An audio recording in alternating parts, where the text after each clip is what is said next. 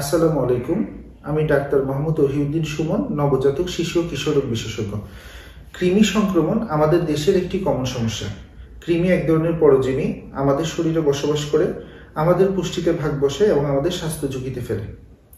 মানব দেহে বিভিন্ন ধরনের কৃমি পাওয়া যায়, যেমন গোল কৃমি, গুঁড়ো কৃমি, ফিতা কৃমি। অপরিষ্কার, অপরিচ্ছন্নতা এবং স্বাস্থ্যবিধি মেনে না চলা কৃমি সংক্রমণের অন্যতম কারণ। প্রায় সময় চিকিৎসকদের মা বাবারা কৃমির ওষুধ এগুলো নিয়ে অনেক প্রশ্ন করেন। ছাতামাতা ফেসবুক পেজে আজকে আমরা কৃমির চিকিৎসা নিয়ে যাবতীয় প্রশ্নের উত্তর দিব। প্রথম প্রশ্ন হলো আমাদের, কৃমি সংক্রমণের লক্ষণ কি? হঠাৎ করে বাচ্চার ক্ষুধা-মন্দা, খাবারে অনীহা, পেট ফোলা ফোলা ভাব, রাতের বেলা মলদ্বারে চুলকানি, অল্প নরম পায়খানা, পায়খানার সাথে কৃমি বের হয়ে আসে। মেয়ে বাচ্চার ক্ষেত্রে অনেক সময় কৃমি প্রস্রাবের রাস্তায় চলে যায়, সেখানে চুলকায়। কৃমির কারণে বাচ্চাদের রক্তশূন্যতা দেখা দেয়, যার কারণে বাচ্চাদের মেজাজ খিটখিটে হয়ে যায় এবং রোগ প্রতিরোধ ক্ষমতা কমে যায়। তাছাড়া অনেক সময় কৃমি জট বেঁধে আমাদের খাদ্যনালী বন্ধ করে ফেলে, যাকে আমরা ইন্টেস্টিনাল অবস্ট্রাকশন বলি।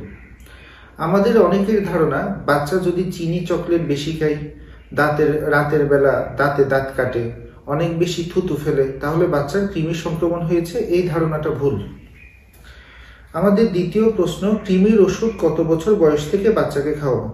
বাচ্চার বয়স 1 বছর হওয়ার পর থেকে আমরা বাচ্চাকে কৃমির ওষুধ খাওয়াবো। 1 বছর বয়স হওয়ার আগে শিশু চিকিৎসকের পরামর্শ ছাড়া আমরা বাচ্চাকে কৃমির ওষুধ খাওয়াবো না। এবং যেসব মারা বাচ্চাকে বুকের দুধ খাওয়ান, তারাও বাচ্চার বয়স 1 বছর হওয়ার আগে নিজেরা কৃমির ওষুধ খাবেন না। কৃমির ওষুধ কতদিন পর পর খাওয়াবো? 6 মাস পর পর কৃমির ওষুধ খাওয়ানোর নিয়ম। তবে যেসব এলাকায় কৃমির সংক্রমণ বেশি, সেই সব এলাকায় 3 মাস পর পর খাওয়ানো যাবে। আমি আমার প্রাইভেট প্র্যাকটিসে 5 বছর বয়সের আগে বাচ্চাদের 3 মাস পর পর এবং 5 বছর বয়সের পর 6 মাস পর পর কৃমির ওষুধ খাওয়াই। কৃমির ওষুধের কোনো পার্শ্ব প্রতিক্রিয়া আছে কিনা?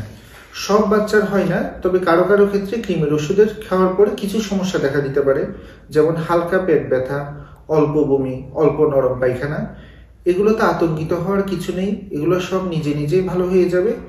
ধারণা করা হয় যাদের পেটে কৃমির পরিমাণ বেশি, তাদের ক্ষেত্রে এই সমস্যাগুলো অল্প দেখা যায়।